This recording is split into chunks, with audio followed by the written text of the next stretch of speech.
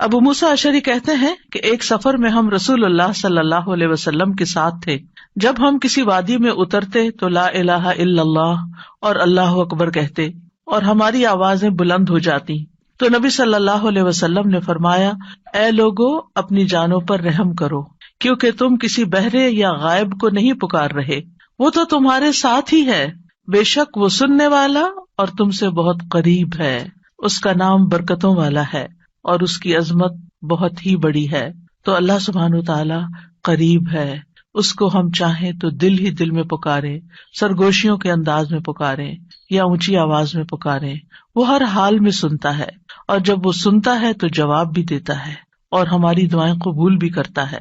اس لیے ہمیں اس کو قریب محسوس کر کے اس سے دعائیں کرتے رہنا چاہیے.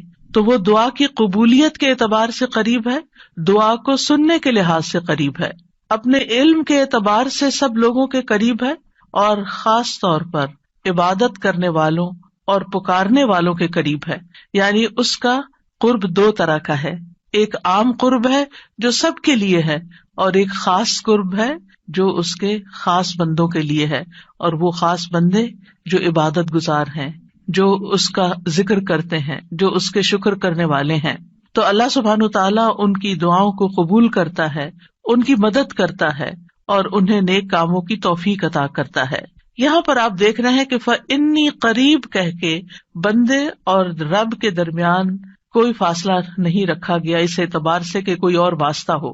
یہاں اللہ سبحانہ تعالیٰ نے جواب کو قل یا فقل کہہ کے نہیں فرمایا، جیسا کہ دوسری آیات میں آتا ہے.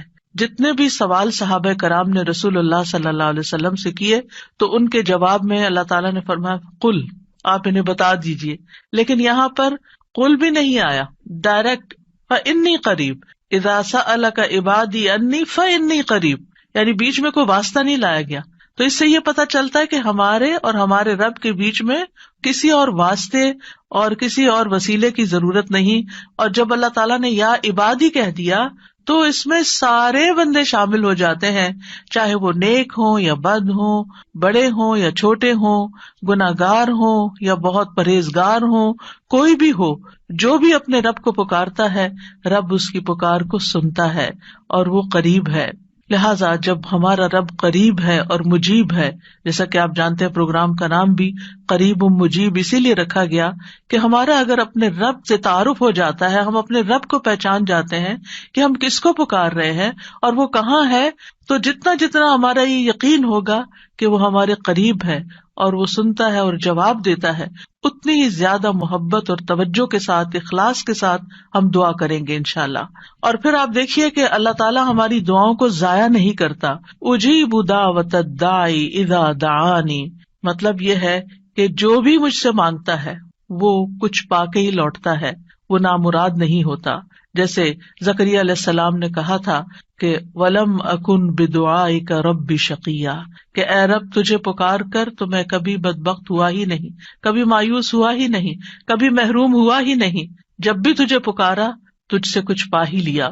تو اس لیے ہر دعا کرنے والے کو یہ یقین ہونا چاہیے کہ ہماری دعا ضرور سنی جائے گی، کیونکہ شیطان انسان کے دل میں یہ وسوسہ ڈالتا ہے کہ تمہاری دعا قبول نہیں ہوگی. نہیں بھائی، ہر ایک کی دعا قبول ہوتی ہے اگر وہ صحیح معنوں میں اپنے رب کو پکارتا ہے، وہ دعاؤں کو سنتا ہے اور جواب بھی دیتا ہے.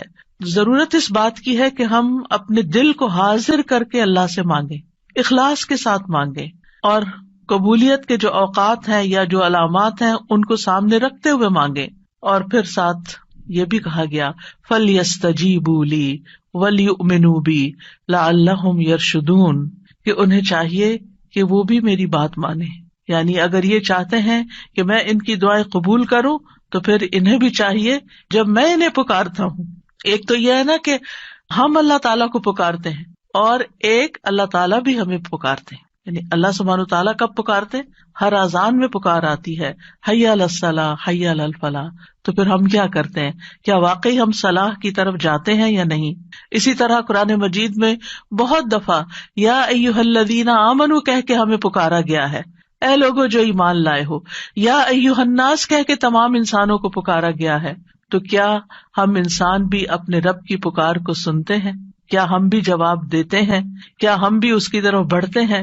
اور پھر یہ کہ وَلْيُؤْمِنُوا بِی، چاہیے کہ وہ مجھ پر ایمان لائیں، چاہیے کہ وہ میری بات مانیں، لعلہم یرشدون، شاید کہ وہ سیدھی راہ پا جائیں۔ رسول اللہ صلی اللہ علیہ وسلم نے فرمایا، تم میں سے ہر ایک کی دعا قبول کی جاتی ہے جب تک کہ کوئی گناہ یا قطع رحمی کی دعا نہ کرے، بشرطے کہ جلدی بھی نہ کرے۔ پوچھا گیا یا رسول اللہ وہ جلدی کیا ہے؟ فرمایا یہ کہ کوئی یوں کہے کہ میں نے دعا کی اور میں نے دعا کی، یعنی دوبارہ کہ میں نے تو کئی بار دعا کی، بہت دعا کی، میری تو دعا قبول نہیں ہوتی، اور اس طرح وہ تھک ہار کر دعا کرنا چھوڑ دے۔ ایسا نہ کرے بلکہ دعا کرتا رہے، کیونکہ اس کی قبولیت کے مختلف طریقے ہیں۔ تو اللہ سبحانہ وتعالی ہم سے قریب ہے۔ ایک اور آیت میں آتا ہے سورۃ ہود کی، وَإِلَىٰ ثَمُودَ أَخَاهُمْ صَالِحًا قَالَ يَا قَوْمِ اعْبُدُوا اللَّهَ مَا لَكُم مِّنْ إِلَٰهٍ غَيْرُهُ هُوَ أَنشَأَكُم مِّنَ الْأَرْضِ وَاسْتَعْمَرَكُم فِيهَا فَاسْتَغْفِرُوهُ ثُمَّ تُوبُوا إِلَيْهِ إِنَّ رَبِّي قَرِيبٌ مُّجِيبٌ۔ اور سمود کی طرف ان کے بھائی صالح کو بھیجا، اس نے کہا اے میری قوم، اللہ کی عبادت کرو، اس کے سوا تمہارا کوئی معبود نہیں، اسی نے تمہیں زمین سے پیدا کیا اور تمہیں اس میں آباد کیا، سو اس سے بخشش مانگو، پھر اس کی طرف پلٹ آؤ، یقیناً میرا رب قریب ہے، قبول کرنے والا ہے۔ ان ربی قریب مجیب۔ یہاں قوم سمود کی بات کی جا رہی ہے۔ یہ لوگ مدائن کے علاقے میں رہتے تھے جو تبوک اور مدینہ منورہ کے درمیان واقع تھا۔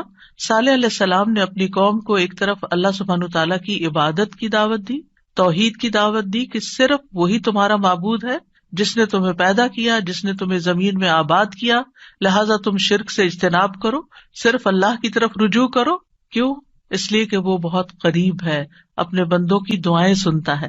تو آپ دیکھیے، جو آپ کے قریب ہو اور جو آپ کی بات بھی سنتا ہو، تو کیا آپ نہیں چاہیں گے کہ آپ اس کے قریب ہوں؟ یہاں پر آپ دیکھیے کہ دعا کرنے سے پہلے دو چیزوں کی بات ہے، استغفار اور توبہ کی، کہ اس سے استغفار کرو اور توبہ کرو تو تمہاری دعائیں قبول ہوں گی۔ توبہ کا مطلب یہ ہے کہ گناہوں سے کنارہ کشی اختیار کرو اور اس بات کا پکا وعدہ کرو کہ آئندہ گناہ نہیں کرو گے، اور استغفار کا مطلب ہوتا ہے بخشش طلب کرنا کہ اللہ ہمیں معاف کر دے، ہمارے گناہوں پہ پردہ ڈال دے۔ اور توبہ اور استغفار دونوں ہم معنی بھی ہیں۔ امام ابن قیم کہتے ہیں استغفار میں توبہ شامل ہے اور توبہ میں استغفار شامل ہے، اور جب ان کو الگ الگ بولا جاتا ہے تو پھر اس کا معنی الگ الگ بھی ہوتا ہے، اور اگر یہ دونوں اکٹھے آئیں یعنی ایک دوسرے کے ساتھ مل کر آئیں تو استغفار کا مطلب یہ ہوتا ہے کہ زندگی میں جو ہم کر چکے ہیں غلط کام، برائیاں، اللہ تعالی ہمیں ان کے شر سے محفوظ رکھے، اور توبہ کا مطلب یہ ہے کہ ہم آئندہ گناہ میں پڑنے کے شر سے آپ کی مدد چاہتے ہیں، حفاظت چاہتے ہیں۔ اور توبہ اس پختہ ارادہ کو بھی کہتے ہیں کہ دوبارہ گناہ نہیں کریں گے، آئندہ یہ نہیں کریں گے۔ تو ان ربی قریب مجیب، میرا رب یقیناً قریب ہے، مجیب ہے، اور یہاں قریب قرب سے شفقت اور اکرام کے معنوں میں، یعنی رب بہت شفیق اور مہربان ہے، بہت کریم ہے، اور اس کا اپوزٹ ہوتا ہے بعید، دور، اور بہت کا لفظ سختی کے لیے بولا جاتا ہے کہ وہ جو شفیق نہ ہو، سخت ہو، کرخت ہو، اور پھر یہ کہ کچھ نہ دے، تو ایسا نہیں ہے ہمارا رب۔ ہمارا رب قریب ہے، مہربان ہے، اور اس کے ساتھ ساتھ یہ کہ وہ اپنے بندوں کا اکرام کرتا ہے اور انہیں سیدھے رستے پر چلاتا ہے، ان کی رہنمائی کرتا ہے، ان کی ضروریات پوری کرتا ہے، ان کی حفاظت کرتا ہے، ان کو مدد دیتا ہے، ان کی مشکلات دور کرتا ہے۔ لہٰذا ہمیں اپنے رب کو قریب پاتے ہوئے، اور قربت کا ایک احساس ہوتا ہے۔ قریب ہونے کا مطلب یہ نہیں کہ اللہ سبحانہ تعالیٰ کسی نعوذ باللہ فزیکل فارم میں ہمارے ساتھ بیٹھے ہوئے ہیں یا ہمارے دل میں بیٹھے ہوئے ہیں، یہ مطلب نہیں ہے قریب کا۔ قربت ایک احساس کا نام ہے۔ آپ نے دیکھا ہوگا بہت سے لوگ دور ہوتے ہوئے آپ کے دل کے قریب ہوتے ہیں، اور کئی لوگ آپ کے ساتھ رہتے ہوئے، آپ کے ساتھ بیٹھے ہوئے، آپ کے ساتھ زندگی گزارتے ہوئے بھی آپ سے دور ہوتے ہیں۔ تو اللہ سبحانہ تعالیٰ کا قرب محسوس کرنے کی چیز ہے، اس طرح کہ وہ سنتا ہے۔ اللہ سبحانہ تعالیٰ سنتا ہے، السمیع ہے، اللہ تعالیٰ دیکھتا ہے، البصیر ہے، اللطیف ہے، الخبیر ہے، ہمارے دلوں کے راز بھی جانتا ہے۔ تو اس سے بڑھ کے قریب کون ہوگا جو شہرک سے بھی زیادہ قریب ہے، اور جو ہمارے دل میں خیال اٹھ کر جو ہمارے دماغ تک جاتا ہے اس سے پہلے کہ دماغ تک جائے وہ بیچ میں حائل ہوتا ہے اور وہ جان لیتا ہے کہ بندہ کیا سوچ رہا ہے. نہ صرف یہ کہ وہ یہ جانتا ہے کہ اس وقت کیا کر رہے ہیں ہم، وہ یہ بھی جانتا ہے ہم پاسٹ میں کیا کر چکے ہیں، اور وہ یہ بھی جانتا ہے کہ ہم فیوچر میں کیا کچھ کرنے والے ہیں. کوئی اور ہے ایسا جو اتنا زیادہ ہمیں جانتا ہو؟ کیا وہ ہماری ضروریات کو نہیں جانتا ہوگا؟ کیا وہ ہمارے دکھ کو نہیں جانتا؟ کیا وہ ہماری پریشانیوں کو نہیں جانتا؟ کیا وہ ہماری زندگی کے مقاصد کو نہیں جانتا؟ کیا وہ ہماری کوششوں کو نہیں جانتا؟ کیا وہ ہماری عبادتوں کو نہیں جانتا؟ وہ خوب جانتا ہے، وہ سب کچھ جانتا ہے. تو جو جانتا ہے اس سے مانگے بنسبت اس کے کہ جو جانتا بھی نہیں ہے اور ہم اس سے توقعات لگا کے بیٹھے رہے کہ یہ ہمارے لیے کچھ کریں گے. عام طور پر ہم جب کسی مشکل کا شکار ہوتے ہیں تو پھر بندوں کی طرف دیکھتے ہیں، نہیں، جو اپنے رب کو قریب پاتے ہیں وہ اپنے رب ہی کی طرف دیکھتے ہیں اور رب ہی کی طرف پلٹ پلٹ کر جاتے ہیں. اور تابا یتوبو کا مطلب پلٹ پلٹ کر جانا بھی ہے کہ واپس پلٹتے ہیں کہ اللہ تعالیٰ اگر ہماری کسی بات سے آپ ناراض ہو گئے یا ہم سے خفا ہیں تو ہم تیری ہی طرف پلٹتے ہیں. اعوذ بک منک، تجھ سے ڈر کے پھر تیرے ہی پاس پناہ لیتے ہیں اپنے گناہوں کے شر سے بچنے کے لیے، اپنی سیئات سے بچنے کے لیے. تو اس لیے تھرو آؤٹ جو ہمارا انشاءاللہ پروگرام ہوگا اس میں آپ یہ 2 لفظ بس پکے کر لیں، وہ قریب ہے، وہ مجیب ہے، وہ بہت قریب ہے اور وہ جواب بھی دیتا ہے، وہ دعائیں قبول بھی کرتا ہے. اس لیے اس رمضان میں خوب خوب دعائیں کرنی ہے. اور ویسے بھی آپ دیکھیں کہ دعا افضل ترین عبادت ہے. الدعاء مخ العبادہ، عبادت کا جوہر ہے، عبادت کی ٹاپ پر ہے. تو رمضان کا مہینہ عبادت کے لیے، لہٰذا اس عبادت میں دعاؤں کا ایک خاص حصہ ہونا چاہیے. دعا ہے کیا؟ دعا کا لفظ عربی زبان میں دال عین واو سے مل کر بنا ہے. دعا یدعو دعاء و دعوتن، یہ 2 مصدر ہیں اس سے. اور دعا کا لفظی معنی ہوتا ہے کسی کو آواز اور کلام کے ساتھ مائل کرنا، پکارنا، یعنی آواز بھی دینا، اس سے بات بھی کرنا اور اس کو اپنی طرف متوجہ کرنا. ایک ہوتا کسی سے بات کرنا لیکن اس میں مقصد یہ نہیں ہوتا کہ میری طرف متوجہ ہو. مثلا میں آپ سے بات کر رہی ہوں اس وقت تو مجھے آپ سے یہ ایکسپیکٹیشن نہیں کہ آپ میری طرف متوجہ ہو کہ میری کوئی مدد کریں. لیکن دعا میں جب انسان پکارتا ہے تو اس کا مطلب ہوتا ہے کہ دوسرا متوجہ ہو اور جس مقصد کے لیے اس کو پکارا جا رہا ہے وہ مقصد بھی پورا ہو جائے. عربی میں کہتے ہیں دعوت اللہ، میں نے اللہ کو پکارا، یعنی میں نے سوال کرتے ہوئے، اللہ تعالی کی طرف عاجزی کرتے ہوئے، جو خیر ہے اس کے پاس اس میں رغبت رکھی اور اس رغبت کو طلب کرنے کے لیے اس کو پکارا، یعنی اس رغبت کے ساتھ اس کو پکارا. قرآن مجید میں دعا کا لفظ مختلف معنوں میں استعمال ہوا ہے. نمبر 1 دعا بمعنی ندا، آواز دینے کے معنوں میں. دعا کا مطلب کیا؟ آواز دینا. جیسے سورۃ آل عمران میں آتا ہے فَقُلْ تَعَالَوْا نَدْعُ أَبْنَاءَنَا وَأَبْنَاءَكُمْ وَنِسَاءَنَا وَنِسَاءَكُمْ وَأَنفُسَنَا وَأَنفُسَكُمْ. تو آپ کہہ دیجئے کہ آؤ ہم اپنے اور تمہارے بیٹوں کو اور اپنی اور تمہاری عورتوں کو بلا لیں، پکار لیں، یعنی تم بھی ان کو بلا لو ہم بھی بلا لیتے. تو بلانے کے معنوں میں استعمال ہوتا ہے. تو عربی زبان میں دعا اور ندا یہ 2 لفظ مترادف بھی ہیں، ایک دوسرے سے ملتے جلتے ہیں، سینونیمز ہیں، ایک جگہ پر اکٹھے بھی استعمال ہوئے ہیں. الا دعاء و نداء، کہ پکار اور آواز کے سوا کچھ نہیں سنتا. پھر اسی طرح دعا بمعنی طلب کرنا، کسی چیز کی ڈیمانڈ کرنا. قرآن مجید میں آتا ہے وَلَا تَزِرُ وَازِرَةٌ وِزْرَ أُخْرَى وَإِن تَدْعُ مُثْقَلَةٌ إِلَىٰ حِمْلِهَا لَا يُحْمَلْ مِنْهُ شَيْءٌ وَلَوْ كَانَ ذَا قُرْبَىٰ. اور کوئی بھی بوجھ اٹھانے والا کسی دوسرے کے گناہوں کا بوجھ نہ اٹھائے گا. یہ کب کی بات ہے؟ قیامت کے دن. اور کوئی بوجھ سے لدا ہوا شخص اپنا بوجھ اٹھانے کے لیے کسی کو بلائے گا، اس کو پکارے گا، وَإِن تَدْعُ، تو وہ اس میں سے کچھ بھی نہیں اٹھا سکے گا، کوئی مدد نہیں کرے گا قیامت کے دن، اگرچہ وہ قریبی رشتے دار ہی کیوں نہ ہو.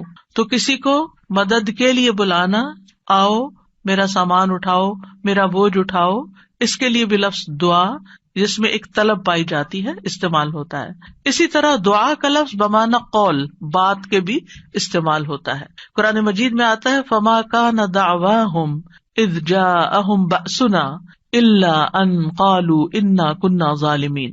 جب ان کے پاس ہمارا عذاب آیا تو ان کا قول اس کے سوا کچھ نہ تھا کہ وہ کہنے لگے بے شک ہم ہی ظالم تھے. تو یہاں پر قول یا بات کے معنوں میں آیا ہے. پھر اسی طرح دعا کا لفظ عبادت کے معنوں میں بھی آتا ہے.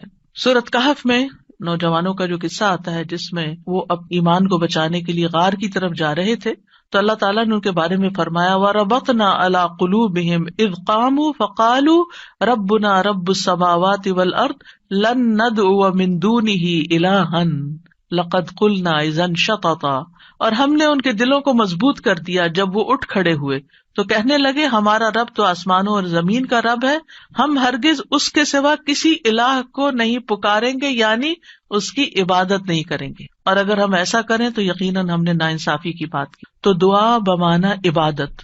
پھر اسی طرح پانچواں معنی قرآن مجید میں دعا بمعنی فریاد کرنا، طلب کرنا، فریاد کرنا. اور اس میں وَإِن كُنتُمْ فِي رَيْبٍ مِّمَّا نَزَّلْنَا عَلَىٰ عَبْدِنَا فَأْتُوا بِسُورَةٍ مِّن مِّثْلِهِ وَادْعُوا شُهَدَاءَكُمْ. اگر تمہیں اس قرآن میں شک ہے جو ہم نے اپنے بندے پر نازل فرمایا تو اسی طرح کی ایک سورت تم بھی بنا لاؤ اور اللہ کے سوا اپنے گواہوں مددگاروں کو بھی بلا لو. فریاد کرو کہ وہ آئے اور تمہاری مدد کریں، یعنی مدد کے لیے پکارنا، یہ معنی ہے. پھر اسی طرح دعا بمعنی کسی چیز کی ترغیب دینا، یعنی کسی چیز کی طرف دعوت دینا. نوح علیہ السلام نے اپنی قوم کو پکارا تھا، قال رب انی دعوت قومی لیلا ونہارا.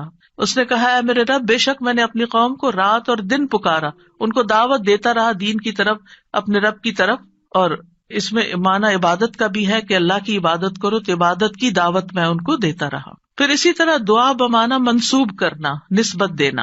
ادعوہم لآبائہم، ان بچوں کو ان کے حقیقی باپوں کی نسبت سے پکارو. یعنی ادعوہم کا مطلب ہے کہ ان کو اپنے باپوں کی طرف ہی منسوب کرو، جن کے وہ بچے ہیں باپ کا نام نہیں بدلو. اور آٹھواں معنی ہے سوال کرنا، دعا بمعنی سوال. جیسے بنی اسرائیل نے موسیٰ علیہ السلام سے کہا قالوا ادع لنا ربک یبین لنا ما ہی، انہوں نے کہا تم اپنے رب سے ہمارے لیے دعا کرو. تو یہ جو دعا ہے یہ بمعنی سوال ہے، یعنی مانگو کہ وہ ہمارے لیے بیان کر دے کہ وہ گائے کس طرح کی ہو. تو قرآن مجید میں یہ دعا کا لفظ مختلف معنوں میں استعمال ہوا ہے، لیکن دعا کا عمومی شرعی معنی کیا ہے؟ اللہ کی بارگاہ میں عاجزی کے ساتھ سوال کرنا اور اللہ کے پاس جو خیر ہے اس میں راغب ہونا، رغبت رکھنا. اللہ کی بارگاہ میں اللہ کے حضور عاجزی کے ساتھ سوال کرنا، چیخ چلا کے نہیں بلکہ بہت ہمبل طریقے سے. اور جو خیر اللہ کے پاس ہے اس میں رغبت رکھنا، اس کا شوق رکھنا. طیبی کہتے ہیں اس سے مراد ہے اللہ کی بارگاہ میں انتہا درجے کی عاجزی، انکساری اور محتاجگی ظاہر کرنا. جیسے موسیٰ علیہ السلام نے دعا کیا کی تھی، رب انی لما انزلت الی من خیر فقیر. اپنے فقر، اپنی محتاجی، اپنی ضرورت کا اظہار کیا تھا، انی لما انزلت الی من خیر فقیر. امام ابن قیم کہتے ہیں اس سے مراد ہے ایسی چیز کو طلب کرنا جو دعا کرنے والے کو فائدہ دے، یعنی فائدے کی چیز حاصل کرنے کے لیے سوال کرنا، اور ایسی چیز کو دور کرنے کے لیے طلب رکھنا جو اس کو نقصان دیتی ہو. تو پھر دو طرح سے دعا کرتا ہے انسان، کچھ فائدے کی چیزیں مانگتا ہے اور کچھ نقصان والی چیزوں کو دور کرنے کے لیے اللہ سے درخواست کرتا ہے. ہماری شریعت میں دعا کی دو بڑی اقسام ہیں، ایک ہے دعائے عبادت اور ایک ہے دعائے مسئلہ. دعائے عبادت کیا ہے؟ اس سے مراد ہے کہ انسان اللہ سے ثواب کی امید رکھتے ہوئے، اس کے عذاب سے ڈرتے ہوئے اس کی عبادت کرے، اس میں سوال نہیں ہے. تو عربی میں دعا بمعنی عبادت بھی استعمال ہوتا ہے، آتا ہے نا، وقال ربکم ادعونی استجب لکم ان الذین یستکبرون عن عبادتی سیدخلون جہنم داخرین. اس میں دعا کے دونوں معنی آ گئے. اور تمہارے رب نے فرمایا کہ مجھ سے دعا کرو میں تمہاری دعا قبول کروں گا، یہ تو سوال ہو گیا. اور دوسرا، بے شک وہ لوگ جو میری عبادت سے تکبر کرتے ہیں عنقریب و ذلیل و خوار ہو کر جہنم میں داخل ہوں گے. تو یہاں عبادت کا معنی بھی آ گیا عبادت کے لفظ کے ساتھ، یعنی دعا ایک طرح سے عبادت ہے.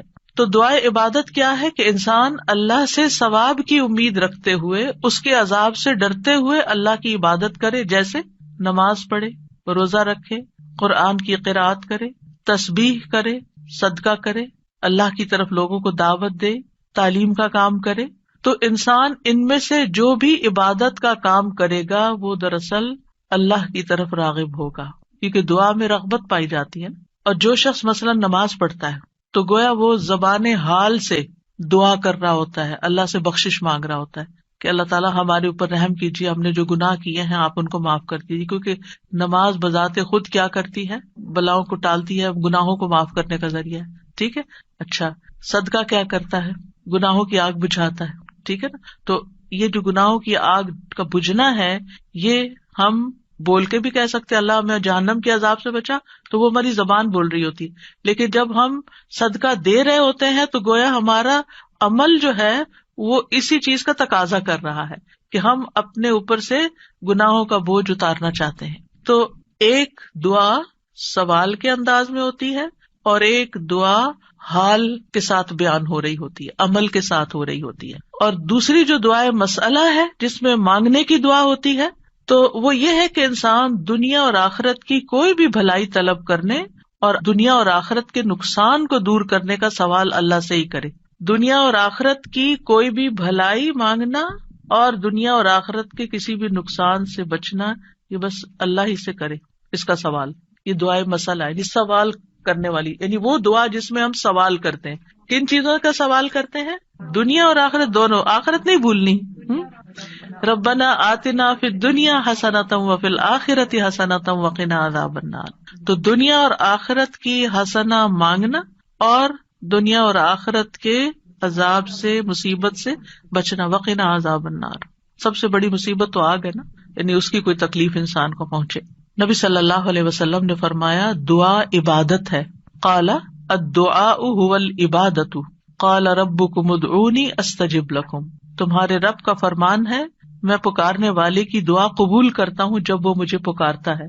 تو دعا جو ہے یہ عبادت کی اقسام میں سے سب سے عظیم قسم ہے. امام خطابی اپنی کتاب شأن الدعاء میں کہتے ہیں، اس حدیث کی وضاحت کرتے ہوئے الدعاء هو العبادہ، وہ کہتے ہیں کہ دعا عبادت کا ایک بڑا حصہ ہے یا سب سے افضل عبادت ہے. جیسے کہ لوگ کہتے ہیں لوگ بنو تمیم ہیں اور مال اونٹ ہیں، یعنی لوگوں کو دیکھنا تو بنو تمیم کو دیکھو، مطلب سب لوگوں سے افضل ہیں.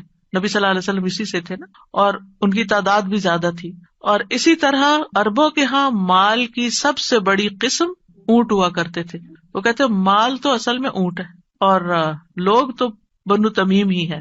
تو اسی طرح کہا گیا دعا تو عبادت ہی ہے. الدعاء هو العبادہ، دعا ہی عبادت ہے. الحج عرفہ، اس کا یہ مطلب ہے کہ صرف عرفہ میں جاؤ، یہ نہیں. مطلب یہ ہے کہ جتنے بھی ارکان آپ حج کے ادا کرتے ہیں ان میں سے عرفہ کے دن کا قیام اگر کسی نے پا لیا تو اس کا حج ہو گیا، اور وہ سب سے بڑا دن ہے جس میں بخشش ہوتی ہے. تو یہ عربوں کے کہنے کا ایک انداز بھی ہے نا. اور مراد اس سے کیا ہے کہ دعا سب سے افضل عبادت ہے اور ساری اطاعتوں اور ساری بندگیوں کا مغز ہے کہ انسان اپنی ہر پریشانی اور ہر ضرورت میں اللہ کی طرف متوجہ ہو جائے. یہ ہے اصل مقصد. اگر کسی مشکل میں پڑ گیا ہے تو اس مشکل کے دور ہونے کے لیے بس اللہ ہی کی طرف رجوع کرے اور اسی کا انتظار کرے کہ وہی کاٹے گا. لوگوں سے توقعات ہٹا لے. اس کا یہ مطلب نہیں کہ ہم لوگوں سے ہیلپ لے نہیں سکتے، آپ لوگوں سے ہیلپ لے سکتے ہیں، آپ ان کو بتا سکتے ہیں کہ آپ کس مشکل میں اور اس کا حل کیا ہے، لیکن ان سے توقع نہ رکھے کہ یہ میری مشکل حل کر دیں گے. مثلا آپ کو کوئی پرابلم ہوئی ہے، آپ کسی سے مشورہ کرنا چاہتے ہیں، آپ کسی سے کاؤنسلنگ لینا چاہتے ہیں، آپ ضرور لیں، لیکن یہ توقع نہ رکھیں کہ یہ آپ کا مسئلہ حل کر دے گا یا بس یہی آپ کے لیے سب کچھ ہو گیا. اس کو اللہ سبحانہ وتعالیٰ سے آگے نہ رکھیں. کہتے ہیں نا ہمت مردہ مدد خدا.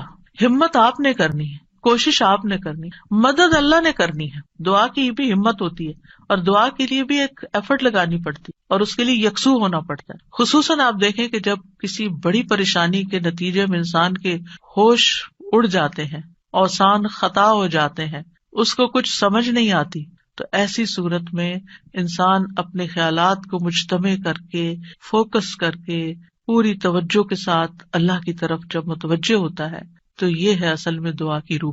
اور نہ صرف یہ کہ بڑی مشکلات میں بلکہ چھوٹی چھوٹی ضروریات میں بھی اللہ کی طرف رغبت کرنی چاہیے. دعا کی ضرورت کیوں ہے ہماری زندگی میں؟ کیونکہ ہم اللہ کے محتاج ہیں، بادشاہ وہی ہے، ہم فقیر ہیں. یا ایھا الناس انتم الفقراء الی اللہ، اے لوگو تم سب اللہ کے محتاج ہو، کوئی بھی انڈیپینڈنٹ نہیں. کوئی بھی یہ نہیں کہہ سکتا کہ میں اپنے سب کام خود ہی کر سکتا ہوں. واللہ هو الغنی الحمید، اور اللہ سب سے بے پرواہ ہے اور تعریف کے لائق ہے. بندوں میں سے کوئی بھی بے پرواہ نہیں ہو سکتا، ہم سب محتاج ہیں. دوسری بات، اللہ سارے خزانوں کا مالک ہے. وَإِن مِّن شَيْءٍ إِلَّا عِندَنَا خَزَائِنُهُ، کوئی چیز ایسی نہیں. وَإِن مِّن شَيْءٍ إِلَّا عِندَنَا خَزَائِنُهُ، کہ جس کے خزانے ہمارے پاس نہ ہوں. آپ کوئی چیز آرڈر کرنا چاہتے ہیں تو پتہ چلتا ہے وہ تو ہے ہی نہیں، ختم ہو گئی، اسٹاک ختم، آؤٹ آف اسٹاک. بڑی سے بڑی کمپنی، بڑے سے بڑے ریسورسز رکھنے والے انسانوں سے جب آپ مانگتے ہیں تو آپ دیکھیں کیا ہوتا ہے کہ انسان بعض اوقات وہ اوپر جا کے اتنی نیچے گرتے ہیں کہ پائی پائی کے محتاج ہو جاتے ہیں. ایسی مثالیں آپ نے بھی دیکھی ہوں گی، سنی بھی ہوں گی کہ کہاں ان کے پاس بہت کچھ تھا اور کہاں وہ زیرو پہ آ گئے. اللہ تعالیٰ ایسا نہیں ہے، ہمیشہ سے ہے اس کے پاس اور ہمیشہ رہے گا. ساری مخلوق اگر کسی میدان میں جمع ہو کر سب کچھ مانگے تو بھی اللہ تعالیٰ کے خزانوں میں اتنی کمی نہیں آتی جتنی ایک سوئی کو سمندر میں ڈبو کے نکالا جائے تو پانی جو سوئی کے ساتھ لگتا ہے اتنی بھی کمی نہیں ہوتی. وہ جتنا چاہے خرچ کرتا رہے، جتنا چاہے وہ بندوں کو دیتا رہے، پھر بھی اس کے ہاتھ بھرے رہتے ہیں، ان میں کوئی کمی نہیں ہوتی. ایک اور آیت میں آتا ہے سورۃ المنافقون میں، وَلِلَّهِ خَزَائِنُ السَّمَاوَاتِ وَالْأَرْضِ، آسمانوں اور زمین کے خزانے اللہ کے پاس ہیں. پھر کیا کرنا چاہیے؟ اس کے پاس جانا چاہیے جس کے پاس کوئی خزانہ نہیں ہے، اس کے پاس جو سارے خزانوں کا مالک. مشکل یہ ہے کہ ہمارے مانگنے میں کمی ہوتی ہے، دیر ہوتی ہے. وہ سب کچھ دے سکتا ہے، سب کچھ ہے اس کے پاس، یو نیم اٹ. آپ گھر جا کے بیٹھے غور کریں نماز کے بعد، کسی اور خاموشی تنہائی کے وقت، مجھے کیا چاہیے، مجھے کیا مسئلہ ہے، مجھے کیا پرابلم ہے، میری کیا پریشانی ہے، کیا اللہ کے پاس اس کا حل ہے؟ یقیناً ہے، وہ کر سکتا ہے، بالکل کر سکتا ہے. پھر مجھے کیا کرنا چاہیے؟ اسی سے مانگنا چاہیے، اس سے گڑ گڑا کے مانگنا چاہیے، اس سے اپنی محتاجی اور اپنی بیچارگی کا اظہار کر کے مانگنا چاہیے. امن یجیب المضطر اذا دعاہ ویکشف السوء، اللہ تعالیٰ آپ سے پوچھتے ہیں کون ہے جو بے قرار کی، مضطر، بے قرار، بے چین انسان کی بات سنتا، اس کو جواب دیتا. امن یجیب المضطر اذا دعاہ، جب بھی وہ اس کو پکارتا ہے. ویکشف السوء، اور وہ تکلیف کو دور بھی کرتا ہے. ایسا نہیں کہ وہ صرف سن رہا ہے، اس نے وہ تکلیف دور بھی کر دینی ہے. اور آپ کہیں گے بس اتنی سی بات تھی، میں اس کو اتنا پہاڑ بنائے ہوئی تھی، اپنی زندگی کا بہت بڑا مسئلہ بنائے ہوئی تھی، اور اللہ تعالیٰ کے لیے بس اتنی سی بات تھی. میرے مانگنے میں کمی تھی، اس کے پاس نہیں کمی. ہماری دعا میں کمی ہے، ہمارے اخلاص میں کمی ہے، اس کے دینے میں کمی نہیں ہے.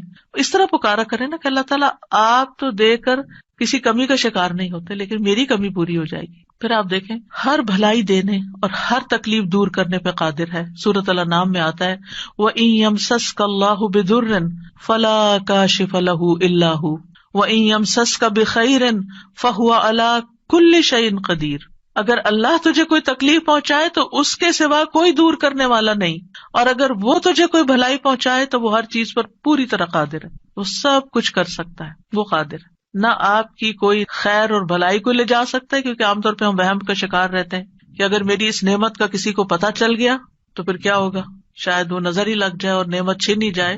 ہر وقت اس وہم کا شکار رہنا دراصل اپنے آپ کو ٹارچر کرنا ہے. نہیں، وَإِن يَمْسَسْكَ بِخَيْرٍ، اگر اللہ نے آپ کو کوئی خیر دی ہے، فَهُوَ عَلَى كُلِّ شَيْءٍ قَدِيرٌ، وہ ہر چیز پہ قادر ہے، وہ آئندہ بھی دیے رکھے گا. اس نے اس لیے تھوڑی دی ہے کہ بس ایک بندہ کوئی دیکھے اس چیز کو اور بس وہ واپس لے لے، وہ ایسا نہیں کرتا. ایک روایت میں آتا ہے کہ ایک شخص نے رسول اللہ صلی اللہ علیہ وسلم سے پوچھا، اے اللہ کے رسول، آپ کن چیزوں کی دعوت دیتے ہیں؟ یعنی آپ کی دعوت کیا ہے، آپ کیا بتاتے ہیں لوگوں کو، آپ کیا سکھاتے ہیں؟ آپ نے فرمایا، میں اس اللہ کی طرف دعوت دیتا ہوں جو اکیلا ہے، وہ اللہ کہ جب تم پر کوئی مصیبت آتی ہے اور تم اسے پکارتے ہو تو وہ تم سے تمہاری مصیبت دور کر دیتا ہے. یہ ہے اللہ کا تعارف. جب آپ کے بچے آپ سے پوچھیں اللہ کون ہے تو آپ کیا بتاتے ہیں؟ یہ بڑے بڑے لفظ بولتے ہیں نا. یہ دیکھیں یہاں پر کیا بولا گیا، اتنے سمپل. آپ بچے کو کہہ سکتے ہیں اللہ وہ ہے جو تمہیں کھانا دیتا ہے، اللہ وہ ہے جو تمہیں فلاں چیز دیتا ہے، تمہیں ماما بابا دیے ہیں.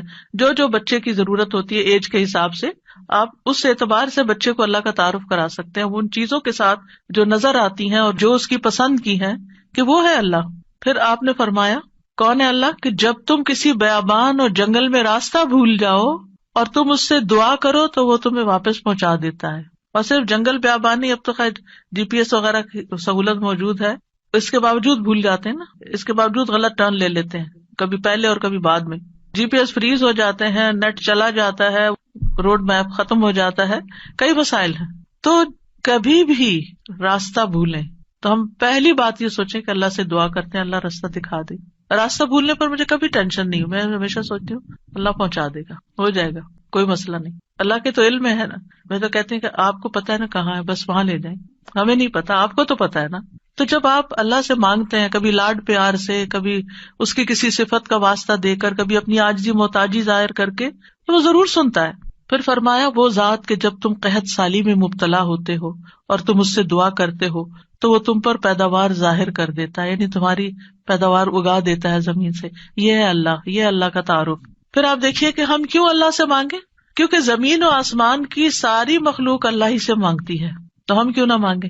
آپ غور کیجئے ذرا اس بات پر, یسألہ من فی السماوات والارض کل یوم ھو فی شأن, اسی سے مانگتا ہے جو کوئی آسمانوں اور زمین میں ہے, ہر دن وہ ایک نئی شان میں ہے, اسی سے مانگ رہا ہے. ہر کوئی جو آسمانوں اور زمین میں ہے, ہر کوئی. کون کون ہے آسمانوں اور زمین میں؟ آسمانوں میں فرشتے ہیں جن کو ہم جانتے ہیں, زمین پر انسان اور جنات ہیں, اس کے علاوہ جو اور مخلوقات ہیں, وہ ساری مخلوق اللہ سے مانگ رہی ہے. اگر ساری مخلوق اللہ سے مانگتے اور ہم کسی اور سے مانگنا شروع کر دیں, غیر اللہ سے مانگے, تو کتنی حماقت والی بات ہے نا. اللہ نے عقل اسی لیے دی تھی کہ ہم اللہ ہی کو نہ پہچانے. تو اللہ سبحانہ تعالیٰ سے سوال کرنے کے اعتبار سے 4 طرح کے لوگ ہیں. امام ابن تیمیہ کہتے ہیں پس تمام آسمانوں اور زمین کے لوگ اللہ سے سوال کرتے ہیں تو ان کے 4 درجات بن جاتے ہیں. پہلی قسم, کچھ وہ لوگ ہوتے ہیں جو نہ ہی اللہ کی عبادت کرتے ہیں نہ ہی اس سے مدد طلب کرتے ہیں, حالانکہ اللہ نے ان کو پیدا کیا, ان کو رزق دیا, ان کو عافیت دی. تو یہ کون ہے؟ نہ اللہ کی عبادت نہ ہی اس سے دعا, کچھ بھی نہیں, کوئی تعلق نہیں. دوسری قسم کے وہ لوگ ہوتے ہیں جو اللہ سے مدد طلب کرتے ہیں تو وہ ان کی مدد کر دیتا ہے, لیکن وہ اللہ کی عبادت نہیں کرتے, عبادت نہیں کرتے. ہاں, جب کوئی مسئلہ پیش آتا ہے تو پھر کیا کرتے ہیں, پھر دعا کر لیتے. ایسے لوگ آپ نے دیکھے ہوں گے, نماز نہیں, روزہ نہیں, صدقہ خیرات کچھ نہیں, ہاں کوئی مشکل پیش آئے تو پھر اللہ سے دعا کرتے ہیں. تیسری قسم کے کچھ وہ لوگ ہوتے ہیں جو اللہ کی عبادت اور اطاعت طلب کرتے ہیں, لیکن نہ ہی اس سے مدد مانگتے نہ اس پہ توکل کرتے. نماز روزہ کر لیں گے, دعا نہیں کرتے, کہتے ہیں اللہ کو پتہ ہی ہے نا کیا چاہیے, اب مانگنا کس لیے. نہیں, اللہ تعالیٰ خود فرماتے وقال ربکم ادعونی, تمہارا رب کہتا ہے مجھ سے دعا کرو, تو کیوں نہ دعا کریں, ہمیں دعا کرنی ہے. چوتھی قسم کے وہ لوگ ہوتے ہیں جو اللہ کی عبادت بھی کرتے ہیں اور اس سے دعا بھی کرتے ہیں, اس سے مدد بھی طلب کرتے ہیں. تو اللہ تعالیٰ اپنی عبادت اور اطاعت پر ان کی مدد کرتا ہے, جیسے ہم کہتے ہیں ربی اعنی علی ذکرک و شکرک و حسن عبادتک, تو اللہ تعالیٰ مدد بھی فرماتا ہے. اب ہم اپنے آپ کو دیکھیں کہ ہم کون سی کیٹیگری میں فال کرتے ہیں, ہم کہاں ہیں. کیا ہم ان لوگوں میں ہیں جو عبادت بھی کرتے ہیں اور دعا بھی کرتے ہیں, تو یہ ٹاپ کلاس کے لوگ ہیں, اور باقی اللہ تعالیٰ کے حق میں کمی کوتاہی کرتے ہیں. تو ہمیں دعا کرتے رہنا چاہیے, اللہ تعالیٰ کو پکارتے رہنا چاہیے, ہر ضرورت میں, ہر مقصد میں, ہر پریشانی میں, ہر دکھ میں, ہر بیماری میں, ہر موقع پر, ہر چیز کے لیے, چھوٹی سے چھوٹی چیز کے لیے, بڑی سے بڑی چیز کے لیے اللہ ہی سے مانگنا چاہیے, کیونکہ وہ دے کر احسان نہیں جتاتا, وہ دے کر شرمندہ نہیں کرتا, وہ دے کر ہم سے واپس نہیں مانگتا, وہ بغیر شرط کے دیتا ہے, غیر مشروط دیتا ہے. وَإِذَا سَأَلَكَ عِبَادِي عَنِّي فَإِنِّي قَرِيبٌ أُجِيبُ دَعْوَةَ الدَّاعِ إِذَا دَعَانِ فَلْيَسْتَجِيبُوا لِي وَلْيُؤْمِنُوا بِي لَعَلَّهُمْ يَرْشُدُونَ. وَإِذَا سَأَلَكَ عِبَادِي عَنِّي فَإِنِّي قَرِيبٌ أُجِيبُ دَعْوَةَ الدَّاعِ إِذَا دَعَانِ فَلْيَسْتَجِيبُوا لِي وَلْيُؤْمِنُوا بِي لَعَلَّهُمْ يَرْشُدُونَ. تو ہمیں مانگتے رہنا چاہیے کیونکہ وہ قریب ہے, وہ مجیب ہے. اللہ سبحانہ تعالیٰ اپنے بندوں کو خود فرماتا ہے کہ اللہ سے اس کے فضل کا سوال کرو, یہ اللہ کا حکم ہے. سورۃ النساء میں آتا ہے وَاسْأَلُوا اللَّهَ مِن فَضْلِهِ, اور اللہ سے اس کے فضل کو مانگو کہ اللہ اپنا فضل فرما. فضل کیا ہوتا ہے؟ جو ہم ڈیزرو نہیں کرتے, نہ اپنی عبادت کی وجہ سے, نہ کسی محنت کی وجہ سے, نہ کسی قابلیت کی وجہ سے, نہ کسی ہنر کی وجہ سے. ہم ڈیزرو نہیں کرتے, لیکن آپ دے سکتے. ہم پھر بھی آپ سے مانگتے ہیں, چاہے ہم اس قابل نہیں, لیکن پھر بھی آپ سے مانگتے, آپ ہمیں عطا کیجیے. اور اللہ تعالیٰ کو یہ بات پسند ہے کہ بندے اس سے مانگیں. کیونکہ بندے کو جب کسی چیز کی ضرورت ہوتی ہے نا اور وہ اس کو اللہ تعالیٰ سے مانگتا ہے تو وہ اللہ تعالیٰ کے ساتھ کنیکٹ ہو جاتا ہے، اللہ تعالیٰ کو یاد کرتا ہے، اس کے سامنے اپنی حالت کا اظہار کرتا ہے، اپنا دکھ، اپنا شکوہ، اپنا غم، اپنا رنج، اپنی پریشانی اس کو سناتا ہے، جو سن کر آگے نشر نہیں کرتا۔ جب ہم بندوں کے سامنے اپنی کسی پریشانی کا ذکر کر دیتے ہیں تو بعض اوقات کیا کرتے ہیں، وہ آگے بیان کر دیتے ہیں اور یوں آپ کے راز کھل جاتے ہیں، آپ کا مرتبہ اور مقام لوگوں کی نگاہ میں گر جاتا ہے، کچھ لوگ آپ سے حسد کرنے لگتے ہیں، کچھ لوگ آپ کی تکلیف پہ خوش ہوتے ہیں۔ تو اس لیے ہمیں اللہ سبحانہ تعالیٰ کے سامنے ہی اپنے رنج اور دکھ کی فریاد رکھنی چاہیے۔ اللہ تعالیٰ اپنے بندوں کو ہر چیز کو اسی سے مانگنے کا حکم دیتا ہے۔ اب ہر چیز میں کیا ہے؟ صحیح مسلم کی روایت ہے، ابو ذر غفاری رضی اللہ عنہ کہتے ہیں کہ نبی صلی اللہ علیہ وسلم اپنے رب تبارک و تعالیٰ سے روایت کرتے ہیں کہ بے شک اللہ تعالیٰ فرماتا ہے، اے میرے بندو تم سب گمراہ ہو سوائے اس کے جسے میں ہدایت دوں، پس تم مجھ سے ہدایت مانگو میں تمہیں ہدایت دوں گا۔ نمبر 1 دعا کیا ہونی چاہیے؟ ہدایت کی۔ دن کی ہر رکعت میں ہم اہدنا الصراط المستقیم مانگتے ہیں، ہر کام میں ہمیں گائیڈنس چاہیے، ہمیں کلیئرٹی چاہیے، چاہے دین کا کام ہو چاہے دنیا کا کام، ہر چیز میں ہمیں صحیح راستہ، صحیح اسٹریٹجیز اختیار کرنے کی ضرورت ہوتی ہے، تب وہ کام ہو پاتا ہے، اور اس طرح ساری کنفیوژن بھی دور ہو جاتی، ساری پریشانی بھی دور ہو جاتی کہ میں نے اللہ سے دعا کر لی، اللہ تعالیٰ آپ مجھے صحیح طریقہ بتا دے، مجھے اس کام کو کیسے لے کے چلنا ہے۔ تو ہر موڑ پر، ہر کام میں ہمیں ہدایت کی ضرورت ہوتی ہے، تو اہدنا الصراط المستقیم۔ پھر فرمایا، اے میرے بندو تم سب بھوکے ہو سوائے اس کے جسے میں کھلاؤں، تو تم مجھ سے کھانا مانگو میں تمہیں کھانا کھلاؤں گا۔ سبحان اللہ، سب سے بڑی ضرورت ہدایت کے بعد انسان کی کیا ہے؟ کھانا، جو اس کو دن میں کئی بار کھانا پڑتا ہے، اور انسان سب سے زیادہ پریشان بھی اس کے لیے ہوتا ہے، اور مال کا سب سے بڑا حصہ بھی اسی پہ خرچ ہوتا ہے۔ یعنی دن میں اگر آپ دیکھیں تو آپ ہر روز اپنا لباس نہیں خریدتے، ہر روز آپ اپنی ٹوائلٹریز نہیں خریدتے، ہر روز اپنی اور چیزیں نہیں خریدتے، برتن نہیں خریدتے، کٹلری، جیولری، یہ سب روز تھوڑی خریدا جاتا ہے، لیکن کھانا تو ڈیلی چاہیے، کھانا تو ڈیلی کنزیوم کرنا ہے، تو اس سے مانگو، اور خاص طور پر اگر کچھ خاص کھانے کو دل چاہتا ہے وہ بھی اس سے مانگو۔ نیوٹریشیس چاہیے، ہولسم چاہیے، صحت مند چاہیے، کیونکہ ساری بیماریاں ہی کھانے سے پیدا ہوتی ہیں۔ یعنی کھانا مانگو، صرف یہ نہیں کہ ہے نہیں، بلکہ اچھا کھانا مانگو تو اللہ تعالیٰ کھلائے گا۔ اے میرے بندو تم سب برہنہ ہو سوائے اس کے جسے میں لباس پہناؤں، تو تم مجھ سے لباس مانگو میں تمہیں لباس پہناؤں گا۔ بعض اوقات انسان کو کوئی خاص چیز پہننے کو دل چاہتا ہے، مانگے اللہ سے، اللہ دے گا۔ اے میرے بندو تم سب دن رات گناہ کرتے ہو اور میں سارے گناہوں کو بخش دیتا ہوں، تم مجھ سے بخشش مانگو میں تمہیں بخش دوں گا۔ کیوں اپنے اوپر بوجھ لیے پھرتے ہو؟ کتنے گناہ کر لیے، بہت لیٹ کر دیا، پتہ نہیں اب میری معافی ہوگی یا نہیں، اب میں کیا کروں؟ وہ معاف کر دے گا، مانگ کر تو دیکھو۔ اے میرے بندو اگر تمہارے اولین و آخرین اور جن و انس ایک صاف چٹیل میدان میں کھڑے ہو کر مجھ سے مانگنے لگیں، اور میں ہر ایک کو جو مجھ سے مانگ رہا ہے وہ سب کچھ دے دوں جو وہ مانگ رہا ہے، تو میرے خزانوں میں کوئی کمی نہیں ہوگی مگر جتنی سمندر میں سوئی ڈال کر نکالنے سے کمی آتی، کچھ کمی نہیں۔ مانگو، اس کا تو کچھ نہیں بگڑتا، اس کا تو کچھ کم نہیں ہوتا۔ نبی صلی اللہ علیہ وسلم نے بھی اللہ سے مانگنے کا حکم دیا ہے۔ عبداللہ بن عباس کہتے ہیں ایک دن وہ رسول اللہ صلی اللہ علیہ وسلم کے پیچھے سوار تھے، تو رسول اللہ صلی اللہ علیہ وسلم نے ان سے فرمایا، اے لڑکے میں تجھے چند کلمات سکھا رہا ہوں، احفظ اللہ یحفظک، تم اللہ کے احکام کی حفاظت کرو اللہ تمہاری حفاظت کرے گا۔ احفظ اللہ تجدہ تجاہک، اللہ کی حفاظت کرو یعنی اللہ تعالیٰ کے احکامات کی، تم اسے اپنے سامنے پاؤ گے، قریب پاؤ گے۔ اذا سألت فاسأل اللہ، جب تمہیں مانگنا ہو اللہ سے مانگو، جب تمہیں مانگنا ہو، کچھ بھی مانگنا ہو۔ وَإِذَا اسْتَعَنْتَ فَاسْتَعِنْ بِاللَّهِ، اور جب مدد چاہیے اللہ سے مدد مانگو، کسی بھی طرح کی مدد، یعنی مدد صرف مالی مدد نہیں ہوتی، یا مدد صرف ان چیزوں کی نہیں ہوتی اوپر جن چیزوں کا ذکر ہوا ہے، مدد تو ہمیں ہر کام میں چاہیے۔ ہم کون سی لائن اختیار کریں، کون سا پیشہ اختیار کریں، کون سی جاب لیں، کون سی نہ لیں، کیا کریں کیا نہ کریں، فلان جگہ جانا ہے جائیں یا نہ جائیں، ہر معاملے میں۔ اور یہ جو ہمیں استخارہ سکھا دیا گیا تو یہ بھی تو یہی ہے، اور اس استخارے میں بھی آپ دیکھیے، اذا سألک عبادی انی فانی قریب اجیب دعوت الداعی اذا دعانی، تو اس میں بھی آپ دیکھیں بیچ میں واسطہ نہیں رہا نا، تو ہم کسی سے نہیں کہہ سکتے آپ میرا استخارہ کریں، آپ اپنے لیے خود ہی خیر مانگے۔ آپ صلی اللہ علیہ وسلم نے عبداللہ بن عباس سے کہا، جان رکھو اگر ساری دنیا مل کر بھی تمہیں نفع پہنچانا چاہے تو تمہیں نفع نہیں پہنچا سکتی سوائے اس کے جو اللہ نے تمہارے لیے لکھ دیا.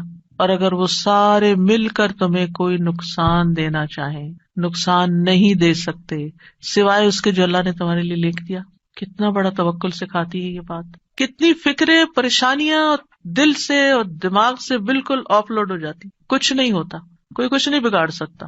ہم ڈرتے رہتے ہیں نا, کبھی فیوچر سے ڈرتے ہیں, کبھی لوگوں سے ڈرتے ہیں, کبھی کسی بیماری سے ڈرتے ہیں, کبھی بھوک فقر و فاقہ سے ڈرتے ہیں, کبھی اپنے اولاد کے بارے میں ڈر رہے ہوتے ہیں, فکر کر رہے ہوتے ہیں ان کا کیا بنے گا, ان کے ایمان کا کیا ہوگا, ان کے کھانے پینے کا کیا ہوگا, ان کے رہنے کا کیا. یہی فکریں تو ہیں ہماری جن میں ہم ڈوبے رہتے ہیں. اللہ نے ہمیں صرف ان فکروں کے لیے تھوڑی بھیجا ہے, ہمیں تو اللہ نے اپنی عبادت کے لیے بھیجا تھا. اللہ نے ہمیں بڑے کام کرنے کے لیے بھیجا. ہم نے اپنے آپ کو چھوٹی چھوٹی چیزوں میں الجھا کر بیمار کر لیا اور انہی کے اندر ہی گھومتے رہے اور انہی کی فکر کرتے رہے اور انہی کے بوجھ تلے دبے رہے.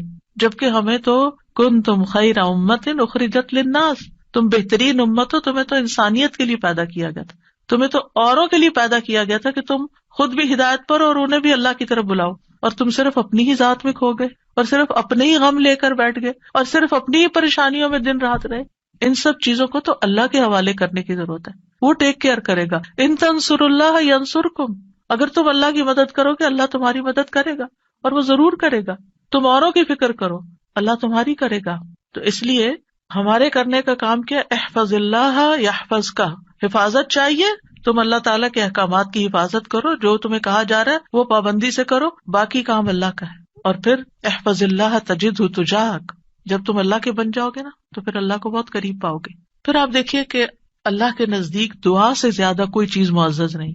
دعا انسان کو عزت دیتی ہے. جب انسان بندوں کے آگے ہاتھ پھیلاتا ہے تو ذلیل ہوتا ہے, اور جب اللہ سے مانگتا ہے دو ہاتھ اٹھا کے, بندوں کے سامنے تو ہم ایک ہاتھ پھیلاتے ہیں اور اللہ کے سامنے دو ہاتھ پھیلاتے ہیں. اور جب انسان اللہ سے مانگتا ہے تو اللہ اس بندے سے محبت کرتا ہے اور اس بندے کو دیتا ہے, نوازتا ہے اور عزت دیتا ہے, اپنی جناب سے دیتا ہے.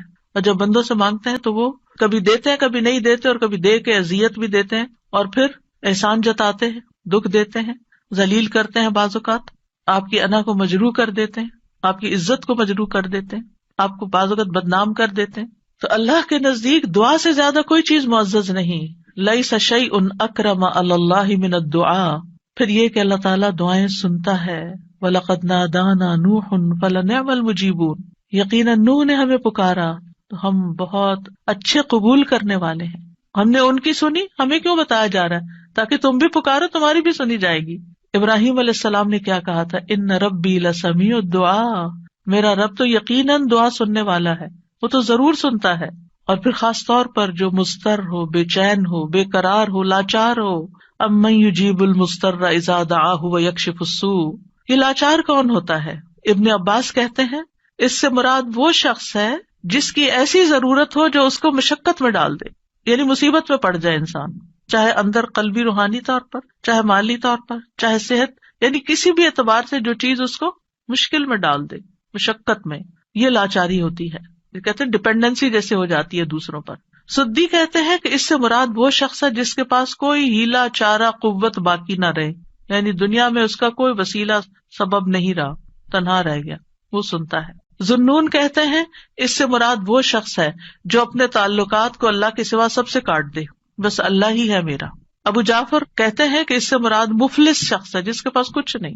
سہل بن عبداللہ کہتے ہیں اس سے مراد وہ شخص ہے جو اپنے ہاتھ دعا مانگتے ہوئے اللہ کی طرف بلند کرتا ہے, اوپر اٹھاتا ہے, حالانکہ اس کے پاس اطاعت کا کوئی نیکی کا کام نہیں ہوتا جس کو وہ وسیلہ بنا سکے. لاچار. اب ہر جگہ سے مایوسی ہو گئی, اب ایک ہی راستہ ہے, اور وہ راستہ شیطان کہتا ہے تم تو اتنے نافرمانو, تمہاری نہیں سنی جائے گی. نہیں, وہ پھر بھی سنتا ہے. امن یجیب المضطر. اصل میں بندے تو ہم اللہ ہی کے ہیں نا, چاہے ہم اللہ کو اپنا بنائیں یا نہ بنائیں, ہیں تو اسی کے, جانا تو اسی کی طرف ہے, دنیا میں بھی اسی کی طرف جانے کی ضرورت پیش آتی ہے. اور پھر آپ دیکھیے کہ اللہ تعالیٰ کا قبولیت کا وعدہ بھی ہے, اور وہ بندوں کی حاجات پوری کرتا ہے. اللہ تعالیٰ خود پکارتے ہیں جب رات کا ایک تہائی حصہ بچتا ہے, آسمان دنیا پہ نزول فرما کے اللہ تعالیٰ فرماتے ہیں کون ہے جو مجھ سے دعا کرے تو میں اس کی دعا قبول کروں, کون ہے جو مجھ سے بخشش طلب کرے تو میں اسے بخش دوں, کون ہے جو مجھ سے رزق مانگے تو میں اس کو رزق عطا کروں, کون ہے جو تکلیف دور کرنے کی درخواست کرے تو میں اس کی تکلیف دور کروں. اور یہ اعلان فجر کے طلوع ہونے تک ہوتا رہتا ہے. تو اللہ تعالیٰ پکار رہے کہ مانگو مجھ سے. اب دیکھیے اگر کبھی آپ کے پیرنٹس میں سے کوئی یا کوئی بڑا یا اگر آپ سے کہے کہ اچھا مانگو, کیا مانگتے ہو, فرمائش کرو, کیا کرتے ہیں ہمارا حال کیا ہوتا ہے, بہت خوش ہو جاتے ہیں, اتنی بڑی آفر آ گئی ہے, کرو فرمائش, کیا چاہیے, جیولری چاہیے, کپڑے چاہیے, جو چاہیے مانگو. تو ہمارا خوشی سے ایسا حال ہوگا کہ ہمیں یہ بھی یاد نہیں رہے گا کہ اب مانگنا کیا ہے آپ نے. اللہ سبحانہ وتعالیٰ روز ہمیں پکارتے ہیں, کرو فرمائش, مانگو, کچھ مانگو, اور ہم مانگتے ہی نہیں. جاگ بھی جائے تو ہم مانگتے نہیں. مانگنے کی ضرورت ہے. آپ دیکھیے کہ دنیا کے بادشاہ جب کوئی سوالی آتا ہے, کوئی بیگر آتا ہے, وہ دروازے بند کر دیتے ہیں. جو انسان 2 سے 3 دفعہ آپ سے کچھ مانگ چکا ہو, جب آپ اس کو دیکھتے ہیں تو وہ موڑ کے چل دیتے ہیں, یہ پھر آ گیا ہے, پھر کچھ مانگے گا.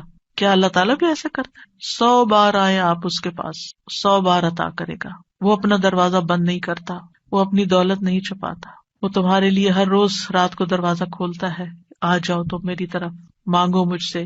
امام ابن قیم کہتے ہیں اللہ جس کے ساتھ خیر کا ارادہ کرتا ہے اس کے لیے ذلت کا, عاجزی کا, اللہ کی بارگاہ میں پناہ پکڑنے اور محتاجی ظاہر کرنے کا دروازہ کھول دیتا ہے. یعنی اس کو دعا مانگنا آ جاتا ہے, اور جس کو دعا کی توفیق مل گئی اس کو ہر خیر مل گئی. تو اصل چیز یہ ہے کہ دعا کی توفیق ہو جائے, دعا مانگنا شروع کر دیں. آپ دیکھیے کہ اس نیت سے بھی یہ پروگرام رکھا گیا تھا کہ ہم روز دعا کے بارے میں کچھ سنیں, پھر دعا کے مطلب کو سمجھیں, دعا دعا دعا کرتے رہے تاکہ ہمیں دعا مانگنا آ جائے. یعنی اس کا ہول سول گول ہے اس پروگرام کا وہ یہ کہ ہمیں دعائیں مانگنا آ جائیں, ہم دعاؤں کے شوقین ہو جائیں, دعا مانگنے سے محبت کرنے لگے, دعاؤں کے اوپر یقین کرنے لگے کہ اللہ تعالیٰ سنتا اور ضرور سنے گا, اور ہمارے سارے بوجھ اتر جائیں اور ہم سارے اپنے معاملات اپنے رب کے سپرد کر دیں, اور ہم دنیا میں بھی ایک اچھی زندگی بسر کریں اور آخرت میں بھی. امام ابن تیمیہ کہتے ہیں جب اللہ کسی بندے کے ساتھ خیر کا ارادہ کرتا ہے تو اس کے دل میں دعا مانگنے اور اس سے مدد طلب کرنے کا الہام کر دیتا ہے کہ اللہ سے مانگو, اس کے دل میں ڈال دیتا ہے, اور اللہ اس کے مدد طلب کرنے اور اس کے دعا مانگنے کو اس کے لیے خیر کا ذریعہ بنا دیتے ہیں جس کے لیے اس نے مدد طلب کی ہوتی ہے, یعنی اس کا رستہ نکل آتا ہے.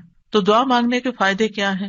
دعا ہر حال میں انسان کو فائدہ دیتی ہے. نمبر 1, دعا مانگ رہے ہوتے تو آپ عبادت کر رہے ہوتے ہیں, یہ اجر الگ لکھا جاتا ہے. اللہ تعالیٰ کی پسند کا کام کر رہے ہوتے ہیں, اللہ تعالیٰ سے کنیکٹڈ ہوتے ہیں, اور پھر یا تو دعا فوراً قبول ہو جاتی ہے, جو مانگا وہ اسی وقت مل جاتا ہے, یا پھر یہ کہ کوئی ایسی مصیبت ٹل جاتی ہے جو آنے والی تھی اور آپ کی اس دعا کی وجہ سے وہ مصیبت چلی گئی. رسول اللہ صلی اللہ علیہ وسلم نے فرمایا دعا فائدہ دیتی ہے اس کے بارے میں بھی جو کچھ نازل ہو چکا ہے اور اس کے بارے میں بھی جو نہیں اترا. بس اللہ کے بندو تم پر دعا کرنا لازم ہے, یعنی جو مصیبتیں آ گئی ہیں ان کو بھی دور کرے گی دعا, اور جو ابھی نہیں آئی اتر رہی ہیں ان کو بھی دور کر دے گی, آنے والی مشکلات کو بھی ہٹا دے گی. پھر یہ کہ اللہ تعالیٰ اپنے مانگنے والوں کو خالی ہاتھ نہیں لوٹاتا. حدیث میں آتا ہے بے شک اللہ عز و جل کو اس بات سے حیا آتی ہے کہ اس کا کوئی بندہ اس کے سامنے ہاتھ پھیلا کر کسی خیر کا سوال کرے اور وہ انہیں خالی لوٹا دے, کہ کچھ بھی نہ ڈالے اس میں. ایسا نہیں ہوتا. انس رضی اللہ عنہ کہتے ہیں رسول اللہ صلی اللہ علیہ وسلم نے فرمایا بے شک اللہ بڑا رحیم ہے, بڑے کرم والا ہے. اس کو اس بات سے شرم آتی ہے کہ اس کا کوئی بندہ اس کے آگے اپنے دونوں ہاتھ پھیلائے اور وہ ان دونوں میں کوئی خیر نہ ڈالے.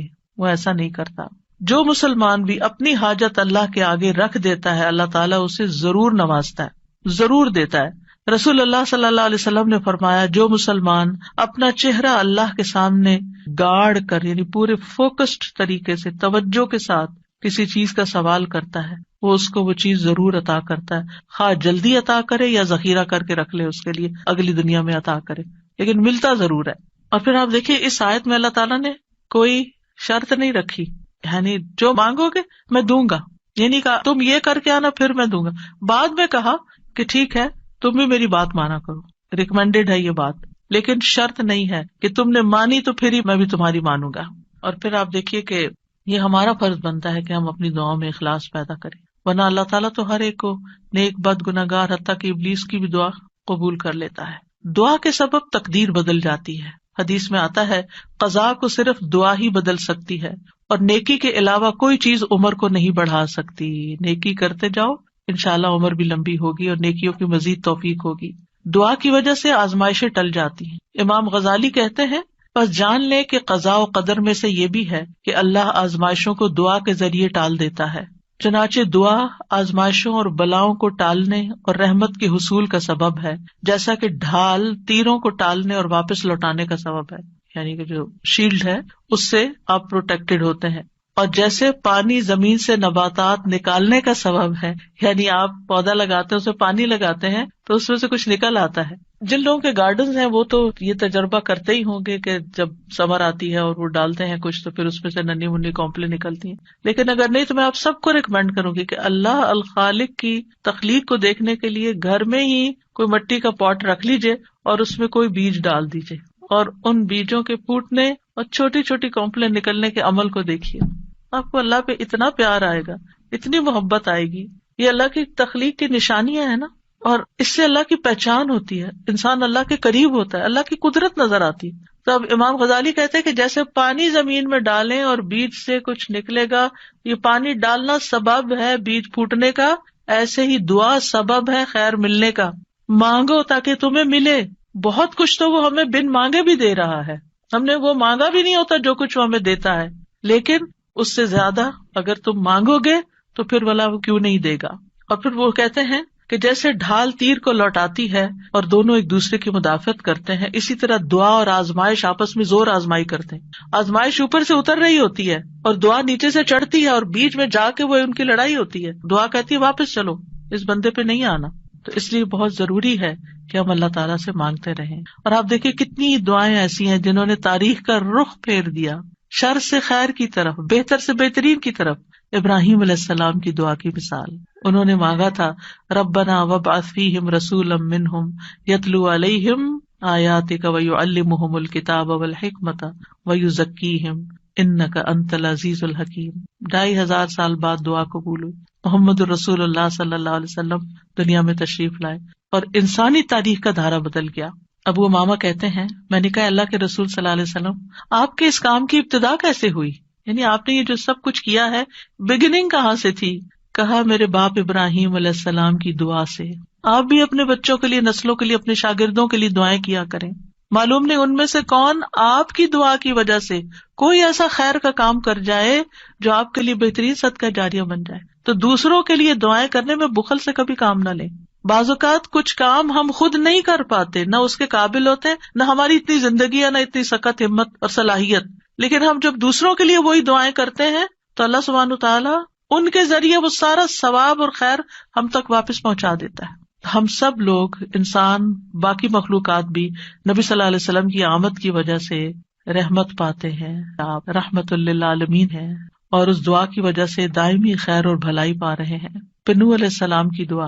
نوح علیہ السلام بہت مظلوم تھے، ان کی قوم دعوت دینے کی وجہ سے ان کو مارتی پیٹتی بھی تھی. پھر انہوں نے جب دعا کی تو وہ ان کی نجات کا ذریعہ بنی. عیسیٰ علیہ السلام کی دعا جو آخری زمانے میں ہوگی، جب طور میں آخری زمانے میں ایمان والے ان کے ساتھ محصور کر دیے جائیں گے تو ان کی دعا کی وجہ سے مسلمانوں کے لیے فتح ہوگی، یاجوج ماجوج کی تباہی ہوگی. ابن قیم کہتے ہیں مصیبت کو ٹالنے میں اور اپنا مقصد حاصل کرنے میں دعا قوی ترین اسباب میں سے ایک سبب ہے.